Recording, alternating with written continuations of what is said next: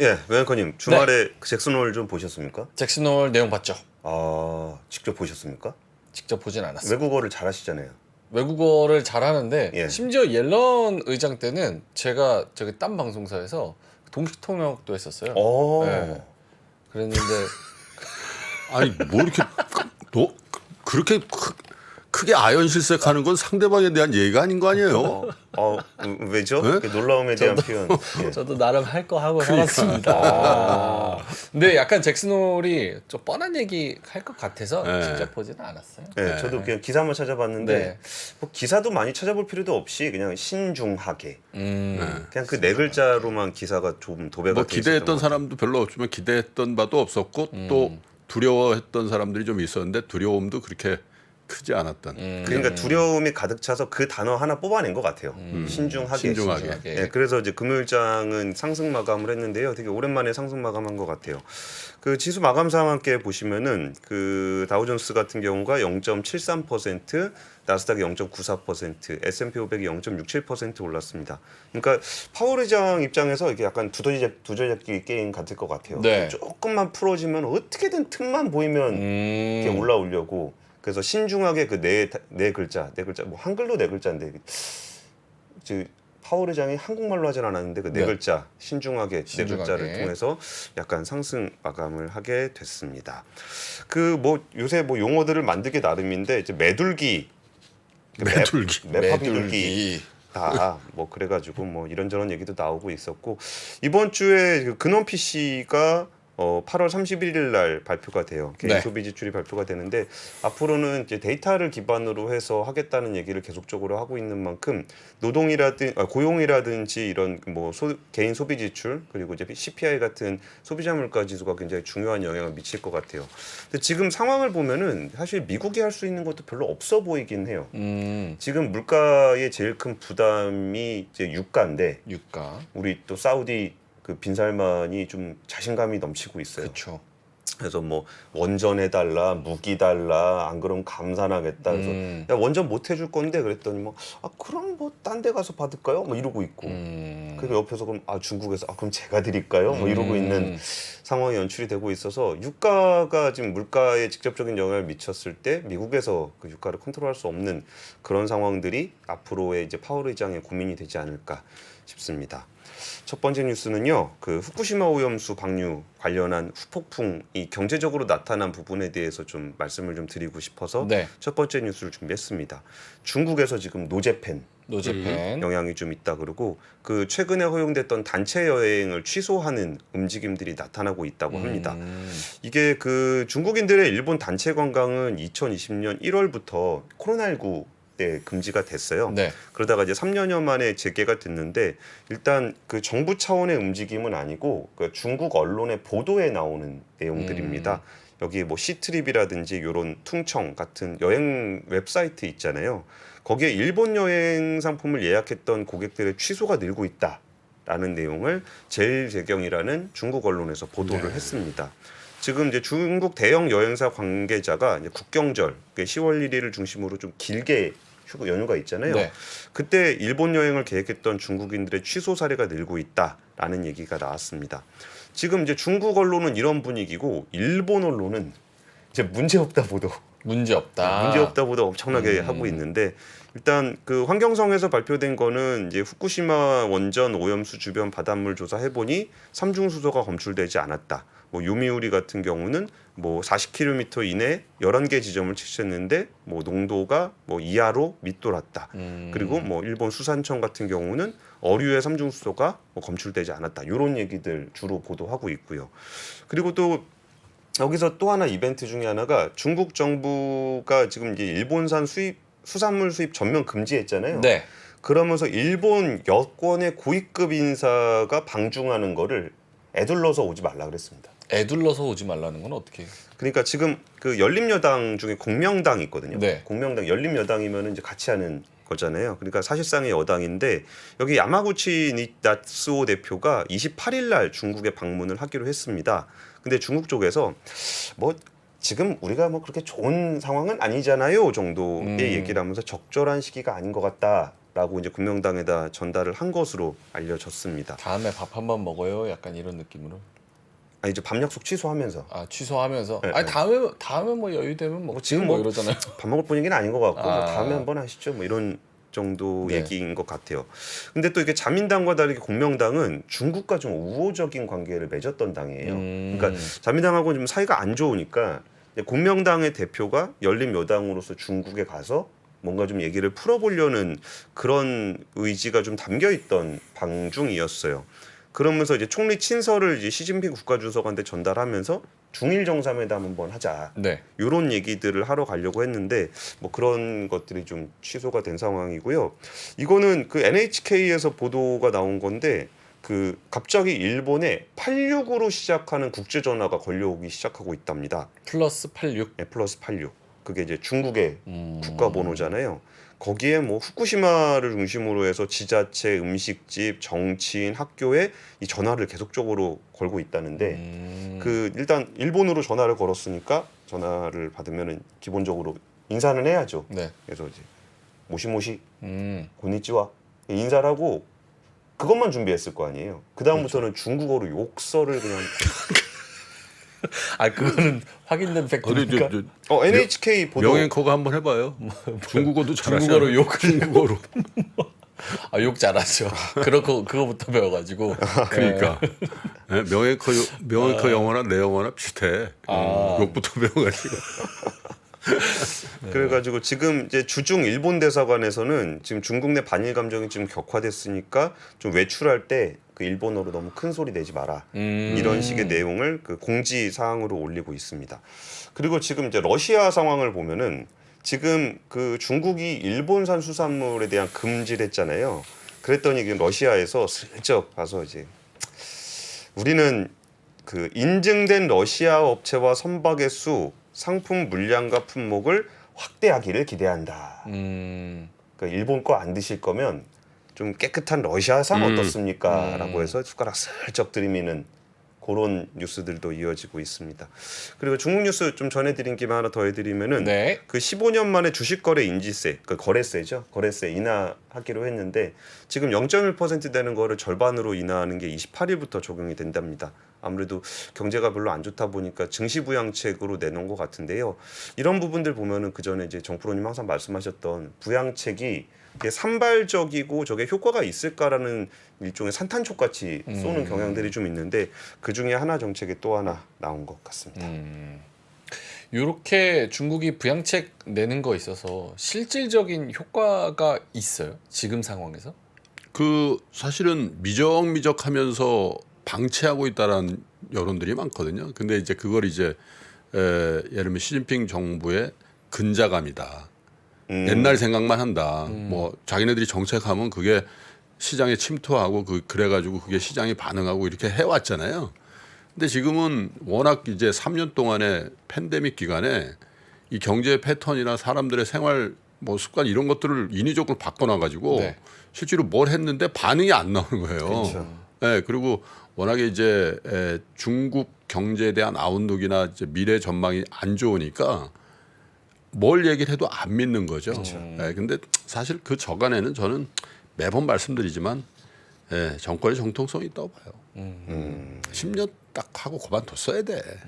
뭘 그렇게 미련을 둬? 아유. 알겠습니다. 예, 두 번째 몸이 뉴스. 딱딱 끊어지지.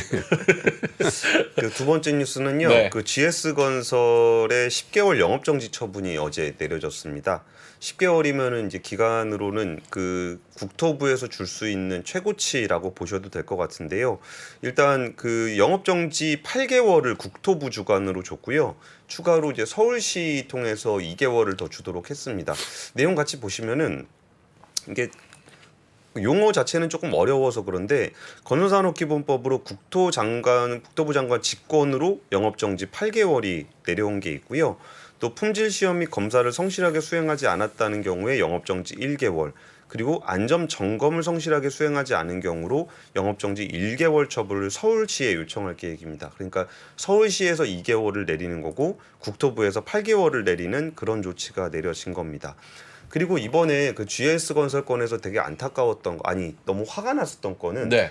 감리든 설계든 시공이든 이 셋 중에 한 군데라도 그러니까 이렇게 크로스 체크를 하는 곳 어디라도 좀 이걸 잡아줬으면 이런 일이 없었을 텐데라는 아쉬움이 좀 많이 있었잖아요. 그리고 어떻게 한 군데도 그걸 못 잡을 수가 있냐라는 화가 좀 나기도 했었는데 그러다 보니까 이제 건설사업 관리자인 목양건축사무소 컨소시엄도 고의 또는 중대과실을 이유로 6개월간 처분을 받도록 돼 있고요. 그리고 이제 건설 주요 구조에 대한 시공 검사 시험을 빠뜨렸다는 점 때문에 업체에 대해서도 이제 경기도에 2개월 영업 정지 처분 내리기로 했고요. 그리고 설계 업체에 대해서도 업무 정지 2년. 2년. 예, 건축 사무소 컨소시엄에 대해서 서울시에 자격 등록 취소, 그러니까 취소를 시키든 2년 동안 업무 정지를 시키든 이거 설계하는 업체에다가 그런 조치가 내려졌습니다. 그리고 이제 관계기술 전문 기술자면 개인이겠죠. 그 서울지방국토청장이 자격정지 1년 처분하기로 했습니다. 그러니까 이 수위 자체는 뭐 어떻게 판단하실지 모르겠지만 규정상에 나와 있는 것 중에는 가장 강한 조치라고 보셔도 될 것 같아요. 그리고 지금 우리가 이번에 GS 쪽에서 문제가 생겼던 거는 주차장 붕괴 사고였었잖아요. 주차장. 근데 그럼 주거동 사람 사는 데는 괜찮은가? 네. 여기에 대한 조사를 했는데 여기서 이제 콘크리트 강도가 일부 부족한 사실은 확인이 됐다고 해요. 근데 철근 누락은 발견되지 않았고요. 그래서 이 부분에 대해서 좀 안전 검사를 또 국토부하고 GS건설이 83곳에 대해서 안전 점검을 모두 실시를 했거든요. 근데 여기서 뭐 철근 누락이라든지 콘크리트 강도가 충족되지 않은 부분은 없었는데 안전품질관리비 미개상, 안전관리계획서 미제출 등 251개 위반 사항이 확인이 돼서 과태료를 또 부과를 하기로 했습니다. 근데 참 여기에 대해서 뭐 안전은 돈과 바꿀 수 없는 가치다. 이게 원희룡 장관 이런 얘기들 하는데 네. 아 이게 사후 조치라도 이루어졌으니 다행이라고 봐야 될까요? 아니면 이게 뒤늦게 이게 뭡니까? 이게 벌써 몇 년 동안 있었던 일이. 궁금한 게 저게 최고 처분인 거예요? 예, 예. 그러면은 저 10개월 이상 영업 정지 이상은 해당 생위에 대해서. 아. 지난번에 거기 그 HDC는 어떻게 됐었죠? 광주. 네. 그때 거를 사실 그때는 사고가 났었으니까 훨씬 네. 더 크게. 네. 그래서 어쨌든 그 국민들 소비자인 국민들의 의구심은 뭐 LH에서도 계속 그게 이제 나타나고 있으니까 네. 나머지 민영 건설사들이 만든 아파트는 그러면 아무 문제 없냐? 그렇죠. 정확히 GS만 그렇게 했냐? 이런 정서가 만나는 사람마다 다 그렇게 얘기하거든요. 특히 고기간에 지어진 아파트에 입주해 있거나 뭐 분양을 받은 분들 이런 분들도 그러니까 물론 이제 뭐 이런 일이 원인 자체가 없어야 되는데 이미 벌어졌다면 다른 걱정은 없도록 더 철저하게 규명하고 그래서 그런 부분에 대해서 지금 안심할 수 있는 국민들은 없죠. 그런데 어쨌든 계속 사후적으로라도 규명하고 해서 이런 일이 다시 없도록 그렇게 해야 될 것 같습니다. 근데 이 뉴스 나오면 그 걱정하시는 분들도 계실 것 같아요. 지금 내 아파트가 GS에 의해서 지어지고 있는데 예. 영업정지 이런 얘기가 나오면 이게 언제부터 되는 거고 혹은 이제 막 사풀려고 하는데 영업정지 되면 그러면은 10개월 미뤄지는 건가 입주가? 약간 이런 생각도 하실 것 같은데. 예, 저도 그 부분이 조금 이렇게 어제 주말에 나오다 보니까 네. 저도 좀 궁금했었는데 그거는 좀 추가적인 확인을 좀 해서 전해드리는 게 좋을 것 같아요. 네. 이게 굉장히 저도 딱 궁금한 내용이었습니다. 영업정지. 근데 보통 영업정지는 신규 수주와 관련한 경우들이 좀 많은데 네. 이번 경우에도 그렇게 되는 건지는 좀 추가로 확인을 해보도록 하겠습니다. 그리고 세 번째 뉴스는요. 네. 그 이번에 하반기에 삼성, SK, 현대차, LG 채용 공고들이 나오는 것 같아요. 채용 예. 공고. 예, 이제 삼성을 비롯한 국내 대기업이 다음 달부터 하반기 채용을 시작하게 되는데요. 아무래도 채용 규모는 좀 예년보다는 좀 줄어들 것으로 예상이 되고 있습니다. 그 삼성 계열사들은 다음 달 초 하반기 대졸 신입 공채를 진행을 할 예정인데요. 그 삼성전자, SDI, 삼성전기, 삼성 SDS, 삼성물산, 삼성 바이오로직스 등이 예상이 됩니다.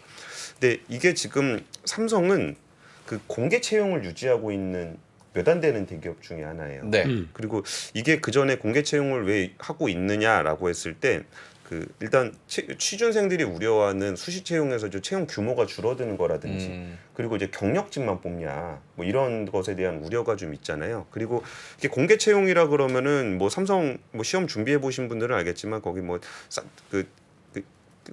전형들이 이렇게 있거든요. 네. 그러면은 그런 것들이 좀 더 투명하게 이루어진다라는 생각을 가지고 있는데 사실 이거 제가 그 삼성이 공개 채용 유지가 된다 그랬을 때 그때 출입 기자를 했었어요. 네. 근데 그때가 뭐가 있었냐면은 그 이재용 회장 이 재판을 받고 있었습니다. 그러면서 이 다양한 그 사회에 대한 공헌 활동들 그리고 사회 책임들을 발표를 하면서 우리는 공채를 유지하겠다라는 걸 발표를 했는데 이게 아무래도 이제 기업 입장에서는 정말 그 필요한 사람을 딱딱 뽑아 쓰는 게 좋잖아요. 그렇죠. 근데 공개 채용을 하다 보면은 이제 다수를 이제 불특정하게 그러니까 시험 봐서 뽑는 거다 보니까 이게 딱 자기한테 적합하지 않은 인재일 수도 있어요. 그럼에도 불구하고 청년층들에게 조금 더 예측 가능한 채용의 어떤 절차를 보여주고 싶다라는 취지였었거든요. 어떻게 생각하십니까? 이게 공개 채용 제도라는 게 그냥 시험 봐서 단체로 뽑는 거하고 그러니까 기업은 어차피 뭐 사기업들이야 필요한 사람 뽑는 거니까 이게 필요한 정도의 사람을 뽑는 거 어떻게 생각하십니까? 한 번도 써본 적이 없어가지고 별로. 그래도 공채 필요하죠. 뭐 약간 수능도 그렇고 우리나라 정서에서는 약간 공정하고 똑같은 시험을 치러서 네. 그 중에서 이제 선별한다 약간 이런 문화가 있잖아요. 예, 예. 그러니까 그런 부분에서 봤을 때는 그래도 일정 부분 비율적으로는 좀 필요하지 않을까 이런 생각이 들고. 그게 항상 논쟁이 되는 것 같아요. 이렇게 시험을 보는 입장에서는 네. 공정한 시험에 대한 요구를 하는 게 있고 그 사람을 뽑는 입장에서는 공정한 것보다 우리한테 필요한 사람을 뽑는 게 더 중요한 거 아니냐. 공정이라는 게 뭐 이렇게 시험 봐가지고 점수 높다 이게 공정이냐? 라는 부분에 있어서 좀 논쟁들이 좀 있는데 그러다 보니까 이게 좀 그 다른 기업들은 공개 채용보다는 수시 채용으로들 많이 바꿨어요.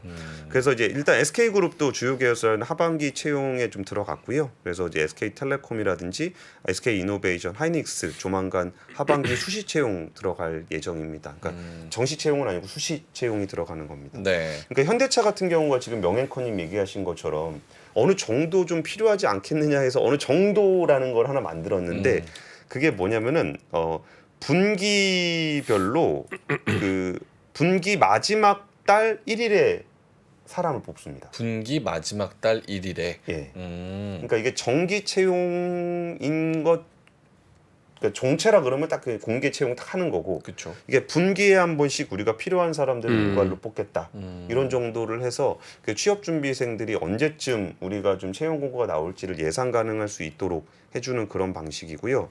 기아 같은 경우는 이제 하이브리드 채용이라고 얘기하는데 상반기에는 이제 직무별로 상시 채용을 하고 하반기에는 부문별로 이렇게 뽑는 부서별로 그리고 기능별로 이렇게 좀 나눠서 뽑고 있습니다. LG, 포스코, 롯데그룹, GS그룹도 하반기에 좀 뽑을 예정이라고 합니다.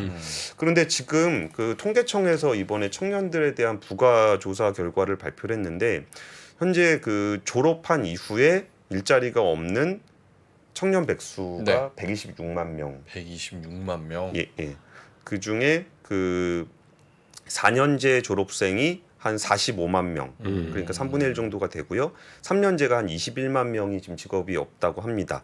그리고 이제 그 전체 백수의 백수란 표현이 조금 안 좋죠. 그 일자리가 없는 분들의 52.8%가 결국 이제 대학 졸업생이라는 건데요. 이게 또 거기서 그 미취업자 중에 그 뭐 학원이나 도서관을 다닌다라는 비중이 36% 정도 됐고요. 아무 활동 안 하고 집에서 시간을 보낸다가 한 25.4% 정도가 됐습니다. 근데 비자발적으로 뭐 진학하는 분들도 꽤 많더라고요 보니까. 대학원으로. 대학원이라든지 대학원으로. 일단 적을 둬야 되고 그쵸. 뭐 이런 예. 것 때문에. 그리고 이게 청년 일자리가 좀 많이 부족하다라는 것도 문제인데 여기서 제가 또 하나 눈에 띄었던 그 일자리 통계 보다가 나왔던 숫자가 그 1분기 임금 근로자 일자리 동향 보니까 45만 7천 개가 증가를 했는데 그 중에 60대 이상의 일자리가 30만 5천 개입니다.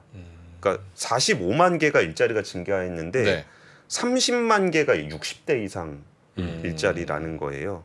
그러니까 청년 일자리 20대 이하 청년 일자리는 오히려 66만 개가 줄었습니다. 그러니까 이거를 제가 업종별로 한번 같이 보시면은 네. 그 이거 건설업, 나오네요. 제조업, 네. 보건사회복지업 이런 쪽 있잖아요. 이게 숫자가 높게 나오는 쪽. 네. 여기가 보통 대체로 청년들이 별로 선호하지 않는 않는. 쪽이고 오히려 좀 어르신들이 보건복지라든지 이런 쪽 많이 하시잖아요. 이게 일자리의 어떤 미스매칭이 생각보다 좀 고착화되고 있는데 이 부분을 우리가 극복할 수 있는 방법이 과연 있을까? 극복할 수 있는 방법이 없다면 우리는 이런 상황에 어떻게 적응하면서 살아야 될 것인가에 대해서는 고민이 좀 필요해 보입니다. 약간 그 청년 입장에서는 대기업과도 너무 약간 경쟁도 심하고 일도 힘들고 이래서 나오고 싶다 그러고 또 공무원은 월급이 너무 짜다 너무 그러고 짜고. 자영업 하자니 거기도 이제 경쟁 심해가지고 마음이 쉽지 불안하고. 않다 그러고 스타트업은 금리가 너무 높으니까 지금 돈 구하러 다니고 있거든요 제 친구들은. 그 스타트업에서는 거의 뭐 요즘 구조조정한다고 그래요. 네, 그래서 답이 있긴 한가 약간 이런 생각이 좀 들어요 일자리 관련해서. 근데 좀 꼰대스럽게 얘기하면 네, 돈도 많이 받고 싶고 네. 일은 편했으면 좋겠고 근로 시간은 짧았으면 좋겠고 대박은 내고 싶고 아유, 우리 건프로가 확 질러버리시네. 아니 근데 아, 그런 일자리는 죄송합니다. 사실 저도 갖고 싶습니다. 그래서 그러니까 이 부분이 그 어떤 경제 분위기에 따라 좀 다를 수가 있어요. 그러니까 그 개도국 그러니까 얼마 전에 월스트리트저널에서 보도한 거 내용 중에 전 되게 인상적이었던 내용이 그 동남아 쪽에 아세안 쪽에 이제 저임금 일자리라고 해서 공장 많이 지었잖아요. 네. 거기 청년들도 그거 안 한다는 거예요. 그러니까 그 일에 대한 정당한 보상이 어느 정도 수준인지에 대해서 우리가 좀 다르게 생각할 필요가 있어요. 그러니까 제조업 일자리가 힘들면 힘든 만큼 돈을 많이 줘야죠. 근데 어떤 직업은 돈도 많이 주고 일도 편하고 뭐 갑질하고 이런 직업과 평생을 그냥 힘들게 지내면서 그 12시간씩 일하면서 최저임금 받고 네. 이런 일이 공존한다는 건 사실 말이 안 되는 거거든요. 그러니까 그런 부분들에 대한 개선의 구조 개혁을 고민하지 않으면은 이 고착화 문제를 해결하기는 좀 어렵지 않을까 싶습니다. 그래서 뭐 그런 생각이 좀 들더라고요. 고용을 창출하는 그 뭐 기업, 뭐 단체, 뭐 개인 네. 이런 사람들에게 굉장히 좀 후한 뭔가 인센티브를 좀 줘야 된다라는 생각이 들어요. 왜냐하면 사실 고용이라는 게 어떤 사람의 한 생애에 관련해서 굉장히 중요하죠. 저는 항상 그렇게 얘기하거든요. 그 성인이 돼서 선택하는 가장 중요한 결정이 이렇게 몇 개씩 있잖아요. 근데 예. 그 중에 하나가 이제 뭐 어떻게 보면 전생애를 거쳐서 뭐 결혼 안 하시는 분들도 있어서 네. 좀 그렇습니다만 결혼했다면 배우자를 어떻게 선택할 거냐. 두 번째가 첫 직장인 것 같아요. 첫 직장. 첫 직장이 어디냐, 첫 직장에서 누구를 만나느냐에 따라서 굉장히 그 사람 생애가 달라지는데, 근데 아예 진입 자체를 못 하거나 완전히 지각을 해버리고 본인이 예를 들면 가고 싶거나 뭐 하고 싶은 일을 하고 너무 동떨어져 있는 데서 출발하게 되는 경우가 다발하는 사회라면은 그 사회가 어떻게 정말 이렇게 쭉 우상향할 수가 있겠어요, 그죠? 그래서 직업을 만들고 또 젊은이들에게 이렇게 기회를 줄 수 있는 뭔가 활동을 하고 있는 데다가 정부나 이런 데서 세금의 지원이라든지 이런 것들 포함해서 좀 활발하게 그런 부분을 진작하는 그런 일도 좀 해야 될 것 같아요. 네. 알겠습니다. 제가 준비한 뉴스 3은 여기까지고요. 그 김프로님이 준비하신 미스터 마켓. 장 시작 전부터 종료까지 쏟아지는 수많은 뉴스와 정보들. 이 중에서 어떤 것이 투자에 정말 도움이 되는 정보일까요? 3프로의 증시 셔터맨 박근영 마스터가 직접 정보를 선별하고 투자의 힌트를 드립니다. 시간도 아끼고 투자 아이디어도 얻는 시간, 박근영 부장의 마켓 힌트와 함께 하세요. 자세한 사항은 3프로 TV 앱과 홈페이지를 확인하세요.